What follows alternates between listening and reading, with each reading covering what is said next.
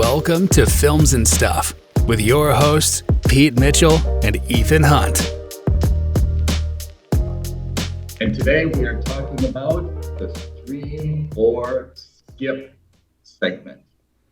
Pete, how are you today? I am great, Ethan. How are you?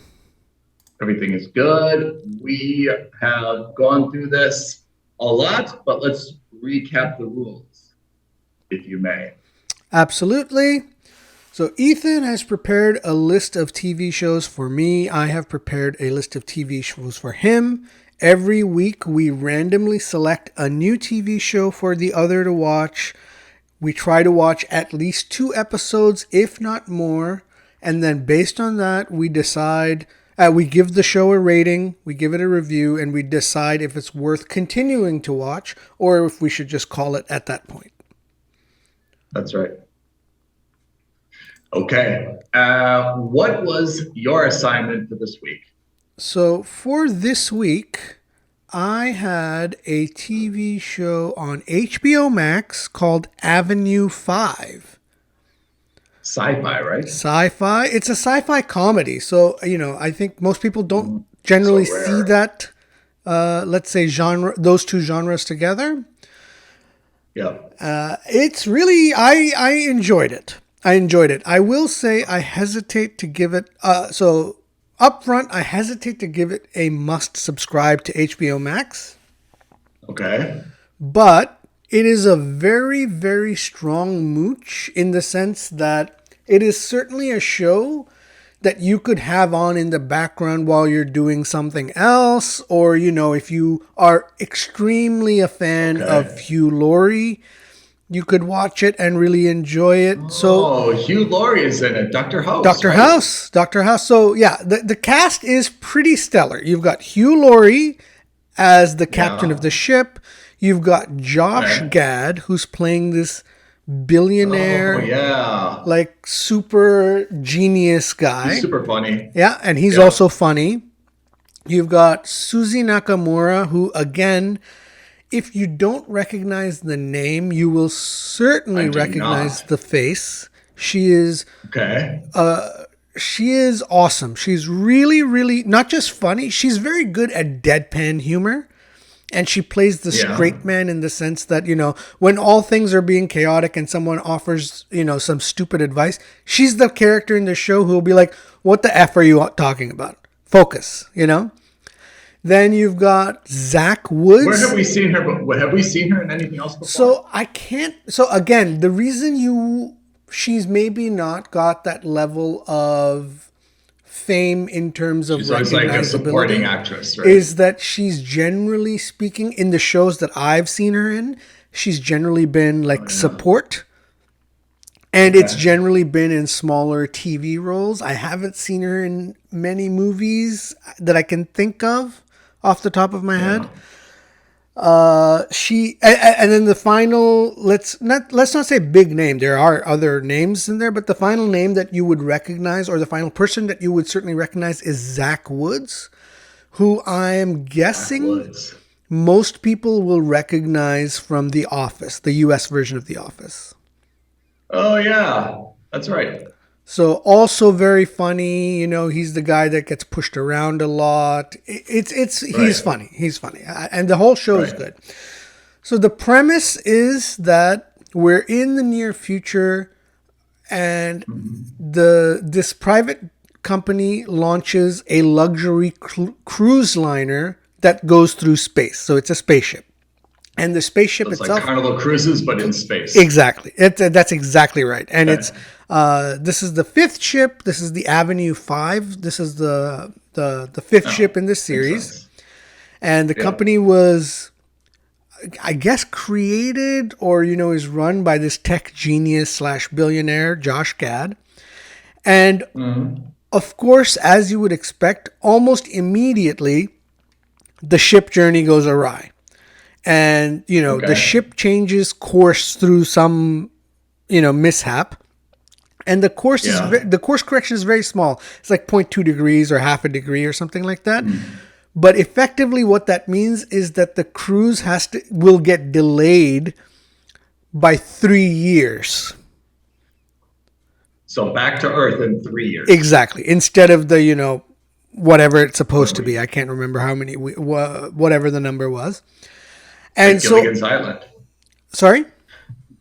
It's like Gilligan's Island. It's right? like Gilligan's Island. It's that's actually quite an apt way of thinking about it, because instead of being stranded on an island in the middle of the Pacific, they're now stranded on a cruise liner in the middle of space. And the whole point is that, of course, then the engineers and all the ship people are trying to figure out how to get home on time. And then what we learned during all of this is that Hugh Laurie, this seemingly competent captain who is hailed as a hero because the story is that he was the guy who saved Avenue 3 from a ship from some kind of disaster. Wow. We learned that he's actually not a captain, and that he's just some incompetent man.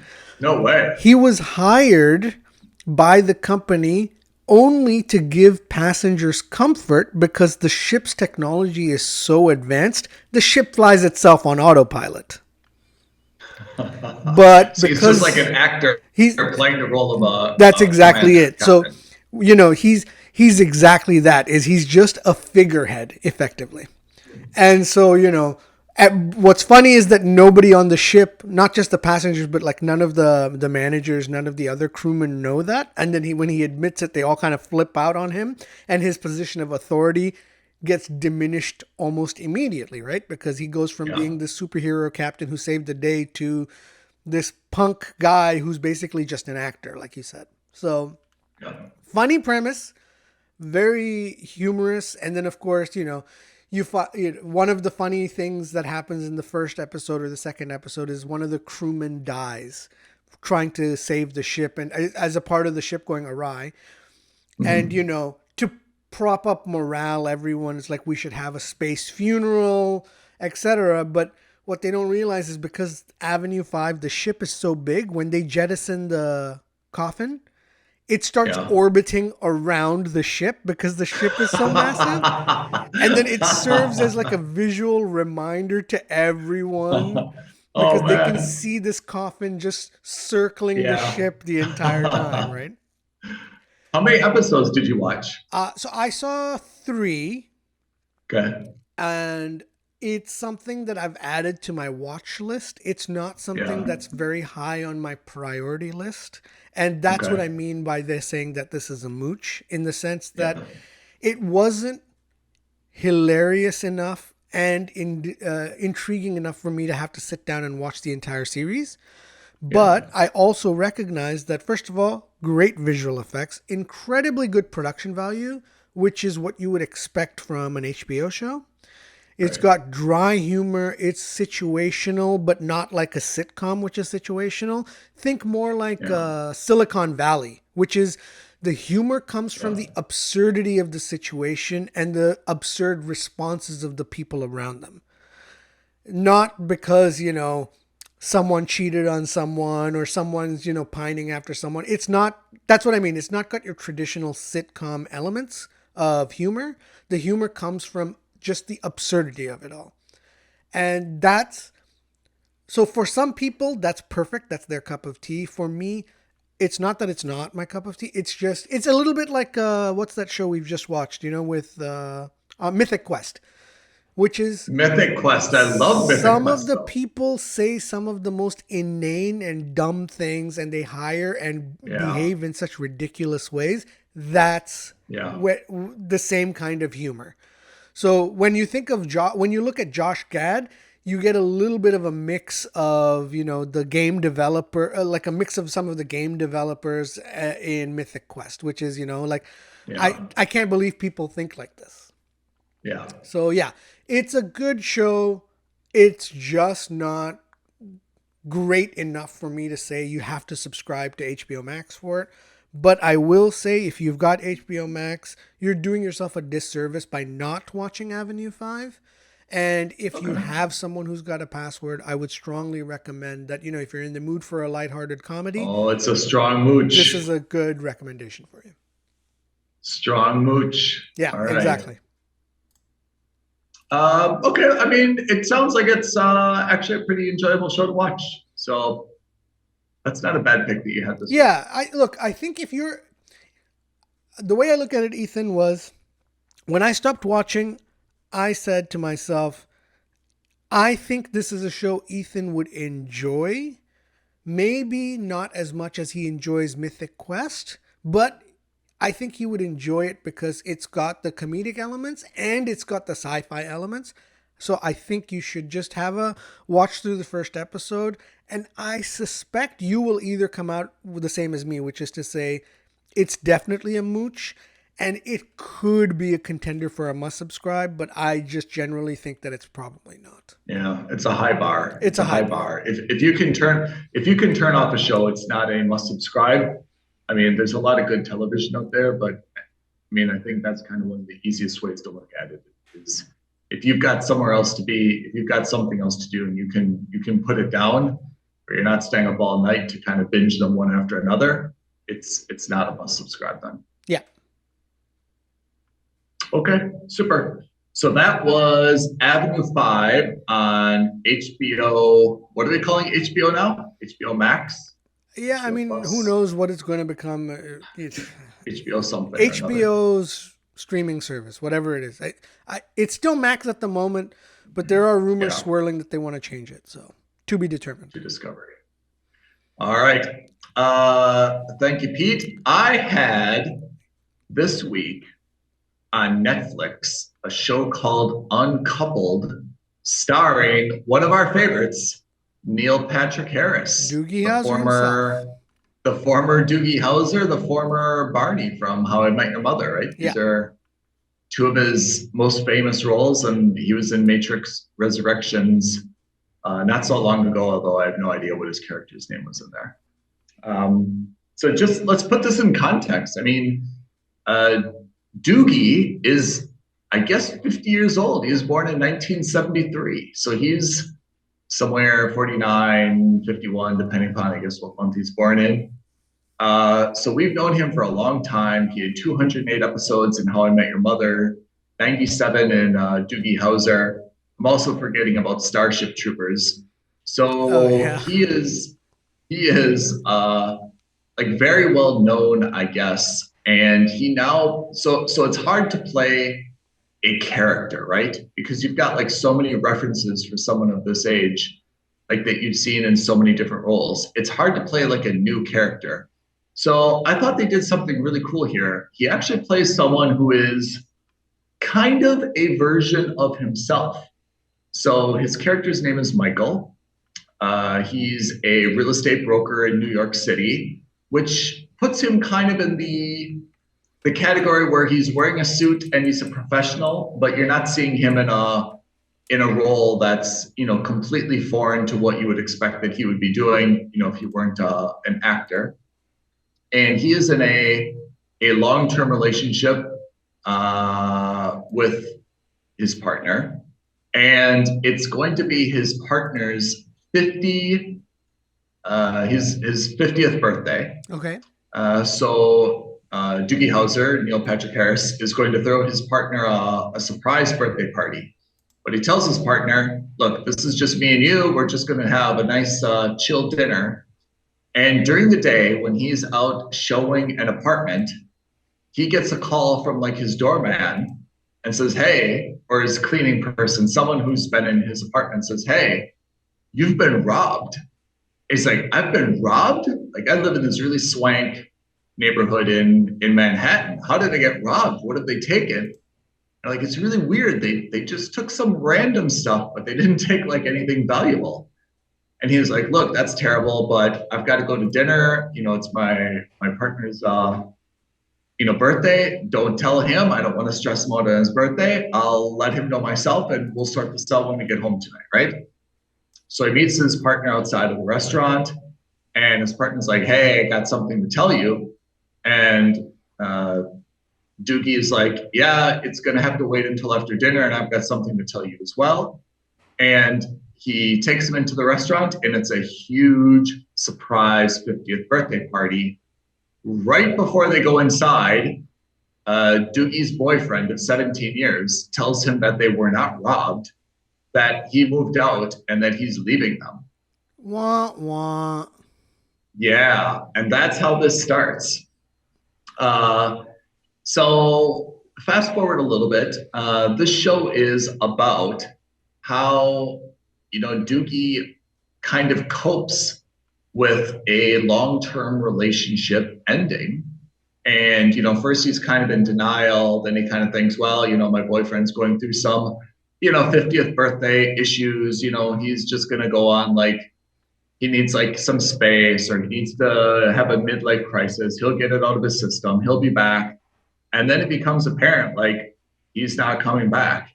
And Doogie's got to kind of, deal with it. So I watched 2.5 episodes, and here's where I come out on it. It's a very good show. Actually, Doogie, I keep calling him Doogie, Neil Patrick Harris does really some of his finest work. He's very, very believable as a real estate agent who's kind of successful, but is really has to hustle to deal with a lot of like very unreasonable clients, which seems kind of realistic in New York City. So he doesn't really feel like he's not like this power broker. We've watched Suits and some other shows where like you see people in New York and it's like everything revolves around them, right? Right. They've got everything under control. No big deal, right? We've seen Harvey in Suits, and like it's all so easy for him. In this show, it's much more realistic, where you show him like really like hustling, and while he may be making a good living and living like a nice life, you see that like it's not without stress and challenges, and everyone's at the whim of a client or a boss, right? So I thought that's really accurately depicted. And then it shows kind of him and his support network in terms of how he tries to understand this. And I think he does a very legitimate job of, his acting is good. He portrays a lot of insecurities and vulnerabilities, and, he just doesn't understand kind of why, and it was so sudden, and all these other, really complex emotional things to unbox. He's very good, by the way. The show is not a must subscribe, because to be honest, it's a little bit of a downer. We're just dealing with, one broken relationship. Right. It's not really funny. There's a lot of, he's got a support group of, friends. And, there's like some little quips, but to be honest, there's nothing really like funny about it. So I kind of stopped after 2.5 episodes. I have to say I kind of enjoyed the 2.5 episodes, but there wasn't really anything like captivating me. Like, I guess they'll get back together or they won't, and he'll move on. It's kind of like a Sex in the City, but for gay men. Okay.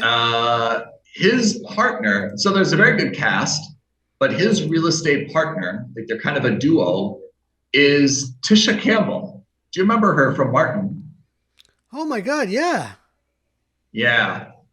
And she's a very good sidekick for him to kind of balance him out. But I have to say, whoever put the show together has done her a terrible disservice. They've dressed her up like some type of, honestly, they've dressed her up like some type of clown. Like he's always in like a proper white shirt and like a smart suit. Like he's not dressed like Harvey style, like these impeccably pressed suits. Like, he's got like kind of rumpled white shirts on. Like it shows like he's hustling through the city, how it would look if you're, running from taxi to taxi, showing to showing. But he's always in like a white shirt and like a suit, but no tie.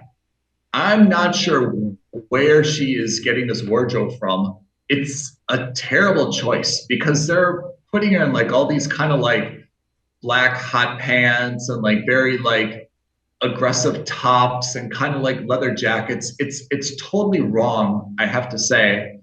And maybe they're trying to make her like the funky sidekick or the crazy sidekick or something. But to be honest, it doesn't work.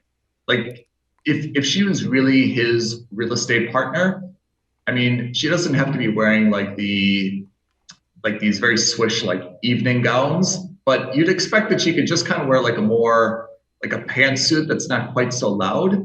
I feel like they've really like I don't know, they've really made her character a little bit terrible. Even though she plays a very good sidekick, the way that they've just kind of like dressed her up and like dumbed her down, I think is really a disservice to her. So that was one of the parts that I did not like about this show.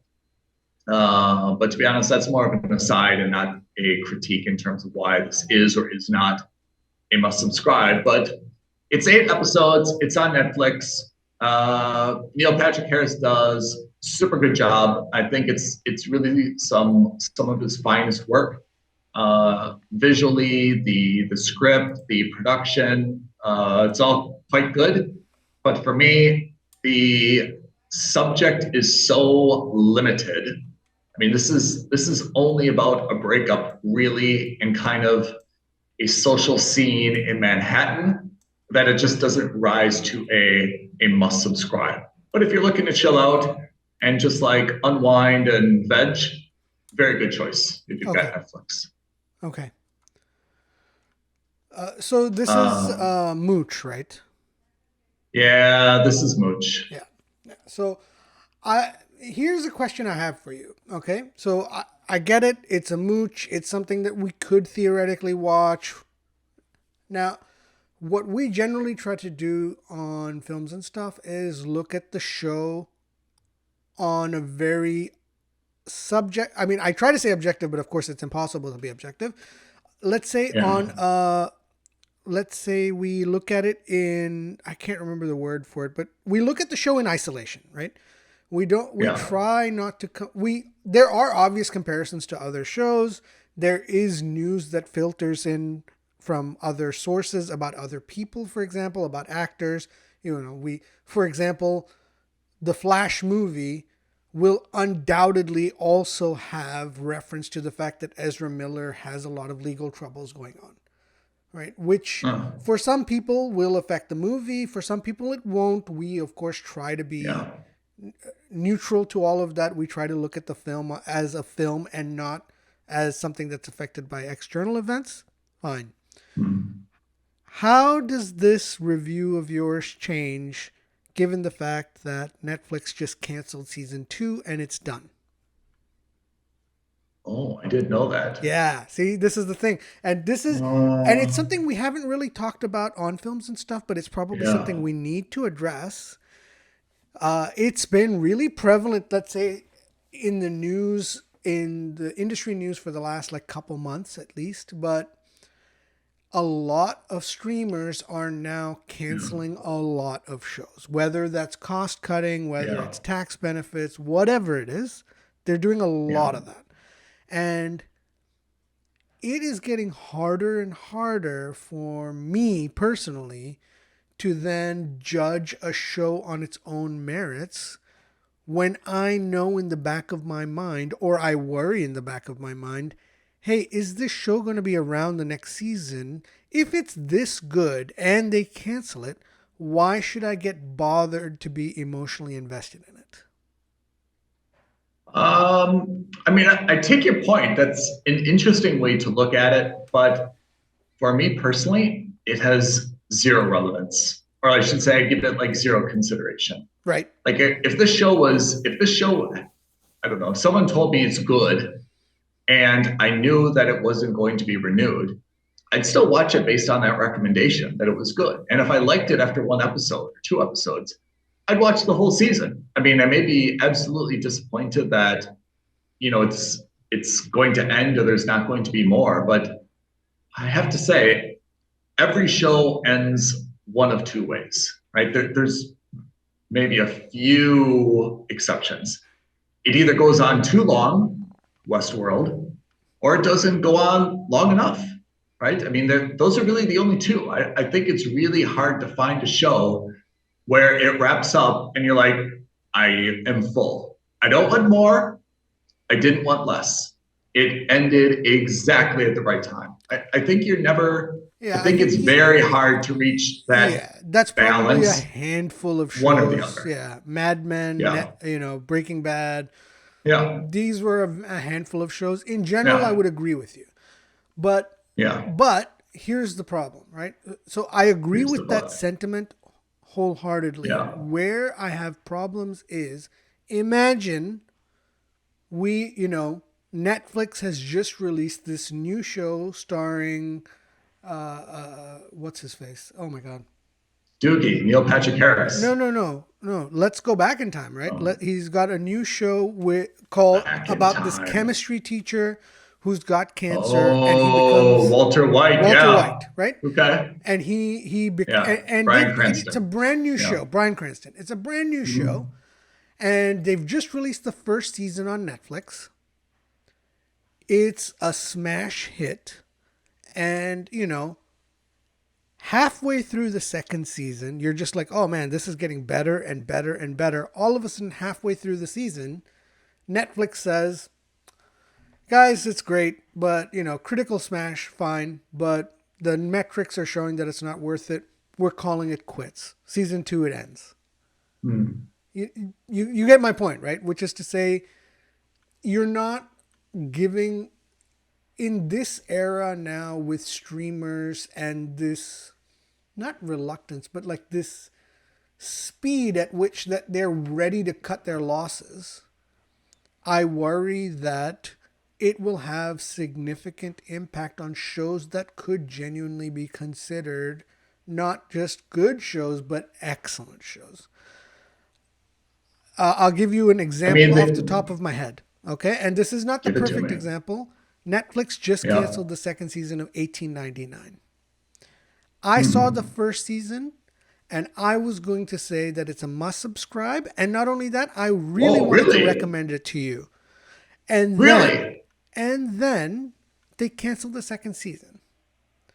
And at which point the show is left with an ending, but maybe not an optimal one.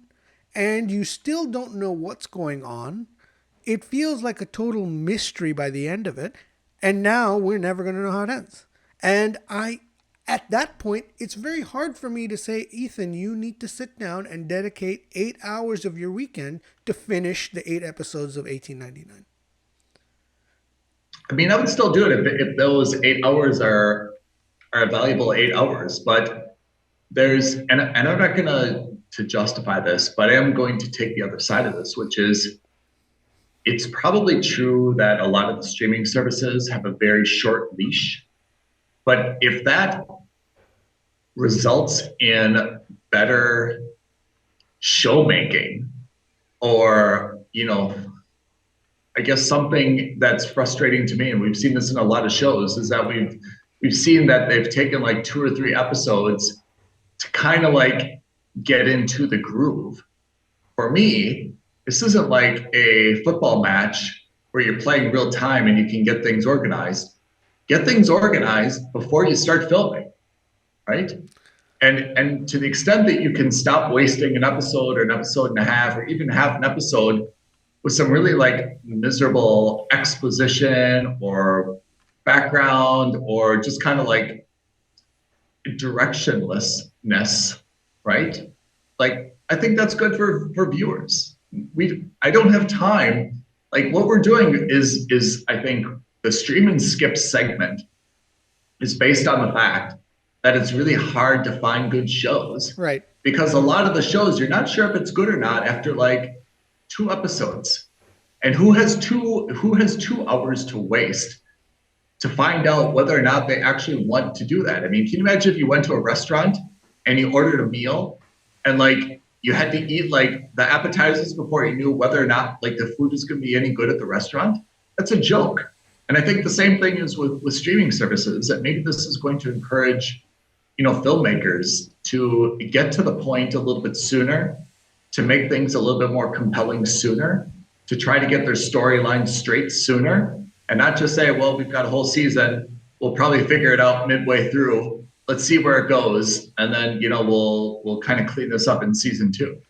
Let's put some pressure on people to give us a better product. Yeah, look, okay, so that may not be true, but that's a contrarian view to of course. short leash, I understand. Look, we're both playing devil's advocate. I get that. Yeah. And the solution is probably a happy medium somewhere in between. That's right. Yeah, and I can understand that kind of like Netflix, right? Netflix is, the equivalent of McDonald's, which is in the sense that over 1 billion served, right? Which is, we are here for the masses. We are not here necessarily to win Oscars. We're here to produce as much content for as many people as possible.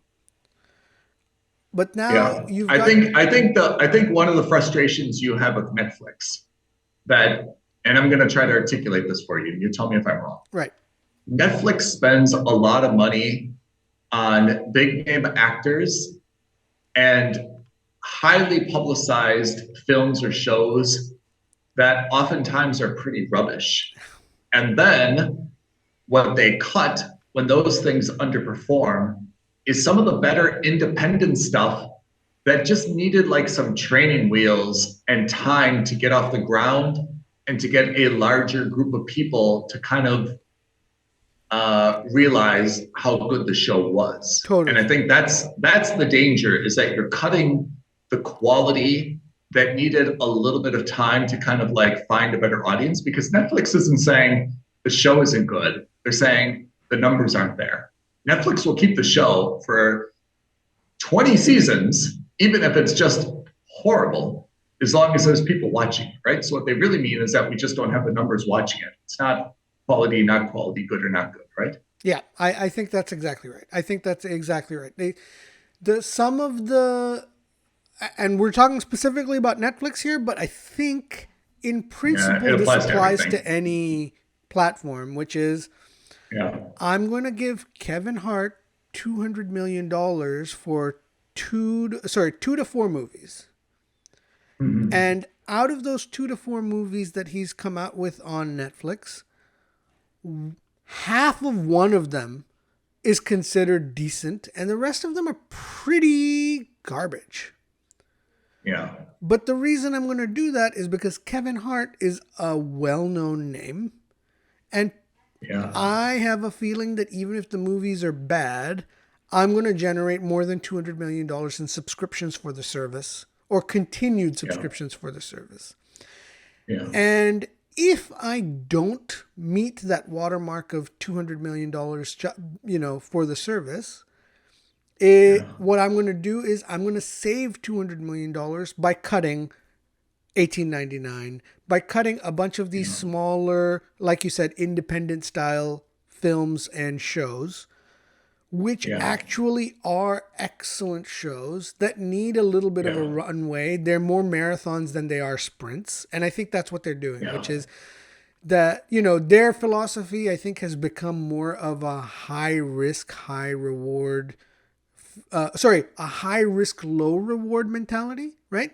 Because at the end of the day, Kevin Hart and The Rock, if you put them in a movie together, generally speaking, you know how that movie's going to come out. Not just critically, not just that, but you're pretty sure that if I spend, for every $10 million I spend on The Rock and Kevin Hart, I'm generating an extra $2 million in revenue or in profits. Mm-hmm. And I'm not saying that's what the numbers are, but they must know that metric. They've done so many movies together, and that they know that it becomes a little formulaic. Whereas I think my preference is, okay, instead of giving Kevin Hart $200 million, give him 50, make one movie, and then spend that other 150 and make 10 other shows, or 2 other shows or 3 other shows, whatever the numbers are. And maybe one of those shows becomes a cult smash hit. I mean, you can't be a cult hit, but a cult phenomenon, right? Yeah. Which then drives 2 things, not just net subscribers, but it also drives other authors and writers and producers to say, hey, if you're willing to take a smaller bet on $10 million on something like $18.99, well, I've got 10 fabulous ideas. And, as long as one of those 10 hits, you'll make your money back tenfold. Yeah. I think you said this doesn't apply only to Netflix, but I think it applies more to Netflix than Because the it's other the streaming biggest one services. in the town. That's true. Yeah. They're bigger, and they do have they do cast a wider net, and Yeah. I think that's part of their churn, which is we got to get a lot of new stuff out there. We've got to keep people engaged. Amazon is very niche, but when they do something, they do it big. HBO is kind of the same way. Hulu is much more niche, and these are the major competitors, which is, they try to do things a little bit more thoughtful, but when they do, they're super, super big, right? Game of Thrones, House of Dragon, Rings of Power on Amazon. So I think Netflix, it doesn't only apply to Netflix, but you're right, it probably applies more to Netflix than it does to other, Disney or some of the other Yeah. streamers. Yeah. I think that's And true. Netflix doesn't have, sorry, I just mentioned Disney. Disney has its own IP.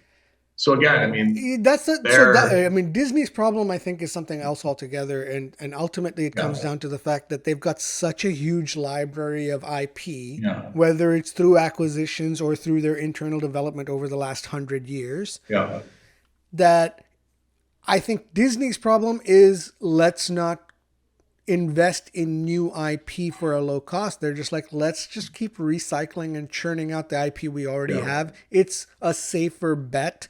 And it's cheaper for us, which I also, I have fundamental problems with that as well. Yeah. I think the Disney versus Netflix model are so different on a lot of different levels that you wouldn't really see. I mean, like She-Hulk, I'm not sure. Is She-Hulk going to come back for a second season? No, I think they canceled the second season. Yeah. I think they canceled the second season just because it's like, for all its good, I think it damaged more than it helped the Marvel brand. I have to say, what's the point though of making something public in terms of when you're going to not renew it before the first season ends? Because it seems like you're really cannibalizing it. Is it a courtesy to the? I think it's more for the investors, and I think it's also, for the shareholders. Like all of these platforms are now so beholden to their shareholders and their, money managers. It's kind of like, on an investor day, you kind of have to let people know that, hey, look, we get it. She-Hulk is causing a flap. And I'm using this as an example. I'm not saying this is the case. This is just the most recent example I can think of. But it's causing a massive flap with the hardcore MCU dedicated fans. That could have a material impact on the next Avengers movie because no one wants to see that nonsense. So we're going to cull our losses and cut it now, as a way of, calming their fears that, Disney shares are down 10% because of She-Hulk. But let's say they do that after like 3 episodes, right? Okay, like they make a signal to the market, and I feel like that's done for other reasons beyond just the success of that show, right? It's done to kind of like respond to a backlash, whether or not it's perceived or real. What about like Uncoupled? What about 1899? I mean, I feel like there's no benefit in, after 3 episodes, right? Uncoupled isn't like doing great. And they're like, that's it, no second season. I feel like that's undermining it. Like you said, for a lot of people that don't need to watch it the first week that it comes out, right? That's a show that, like, to be honest, you could delay that call for a year. Well, so and nothing they did, would really right? happen. They did. So Uncoupled was canceled just recently, and Uncoupled has been out for a year. Has it been out for a year? Yeah, I'm pretty sure it's a 2020, like an early 2022 show. Oh man. So it's so disappointing. Neil Patrick Harris is like, I really enjoyed him in that. Yeah, but not a must subscribe, but I enjoyed him in that. That's what I mean, and I mean, thank you for bringing us back off our tangent, but I think that's the and this is something we need to, at some point we'll need to address, is that I prefer shows which have not just a lot of seasons, but have the potential for a lot of seasons, because I like getting emotionally invested in a show. That's right. Even if it's a sitcom. You're an emotional investor. Exactly. And it becomes hard for me to want to invest in a show emotionally if at the whims of Netflix or, HBO or whoever is in charge, they say that, hey, we had a good run. We did 2 good seasons. We're out. It's been real. Right. And I only say that because, as you rightly said, Uncoupled, maybe not the best or most amazing show ever, but still a reasonably good watch, and it's a sitcom. Not a sitcom, but like a comedy, right? Which is to say, comedies generally are a little bit more evergreen, right? You can kind of watch them anytime. It's not a big deal. You can pick them up, generally speaking, from anywhere. So they're a lot easier. Yeah. I mean, there's also something strategic about what we're seeing with some of these shows as well, which is if you're going to do 8 episodes, that better be a great 8 episodes, right? And maybe a show like this, you should say, look, this is a comedy, like it's a drama comedy. Let's do 12 and let's wrap it up. Let's just make it a 1 season, but let's make it like a proper 1 season. Yeah. I think when you do 8, you're jamming yourself in a lot of ways as well, which is you got to go fast. Like things have to change fast every episode. Are you able to do like proper character development? Like it's an episode of 24 where everything's got to be action packed, go, go, go. Yeah. You may not be able to do the same development and, like captivate people as if you said, hey, you know what? This show may not have legs for more than a season, but let's do a season of like 12 episodes and at least like let it ride and let it, build it the way that it should be built. Yeah, I agree. And we're not seeing these 12 episode seasons anymore. Everything's like 8, 8, 8, 8, right? It's very much the British model, right? It used to be a successful sitcom or drama in the US was 23 to 24 episodes, became 22-ish.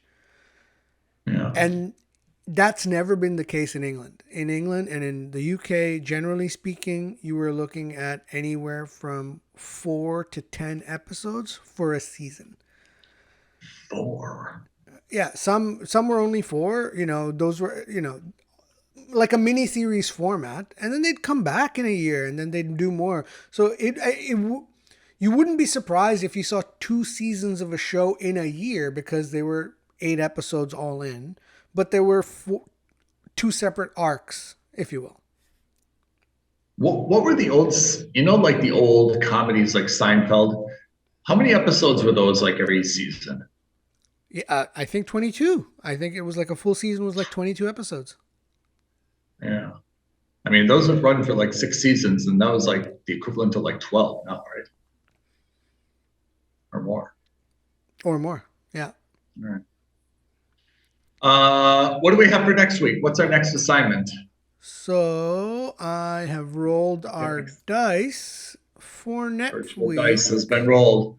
We will both be on Netflix. And speaking of British sitcoms, you will be watching a Netflix sitcom called White Gold. I know nothing about it except for the fact that it's British and that it is like a comedy. And I will be watching Salem on Netflix, and I know nothing about it. Oh, sounds like some witches. Yeah, could be. Could be. So I know nothing about it. Yeah. Yeah, I've never heard of White Gold. I've never even heard of White Gold. Salem, I feel like or maybe it's just kind of like I always think Salem and Salem Witch Trial. I always think of Sabrina the Teenage Witch, exactly. Has there ever been like another thing associated with Salem except maybe like menthol cigarettes? No, and that's a deep cut, by the way. Right? Like Salem has just like the worst reputation, I think. Yeah, yeah. Witches and cigarettes. Not ideal. But Salem, North Carolina, Winston-Salem. Salem, Massachusetts, right? Well, I think it's Salem.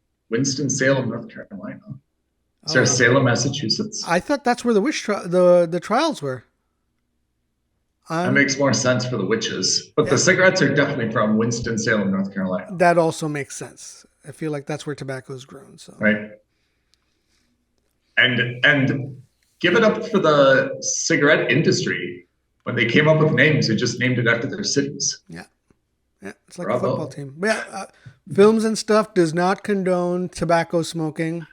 Use at your own risk. Please consult with a doctor if you decide tobacco is for you. Surgeon General's warning. Surgeon General and Films and Stuff warning. Yeah.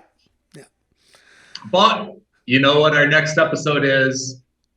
That's right. We're going to talk about a show that has no absence of smoking, Babylon. So please, audience, join us for that breakdown. I'm pretty excited to do it with you, Pete. I'm looking forward to it. Until then, thanks, everyone. Thanks, Ethan. Thanks, everybody. We'll see you on the flip side. Bye now. Bye. Thank you for listening to another episode of Films and Stuff. If you haven't already, please subscribe and review on Apple Podcasts, Spotify, or wherever podcasts are downloaded. Films and Stuff. There is no substitute.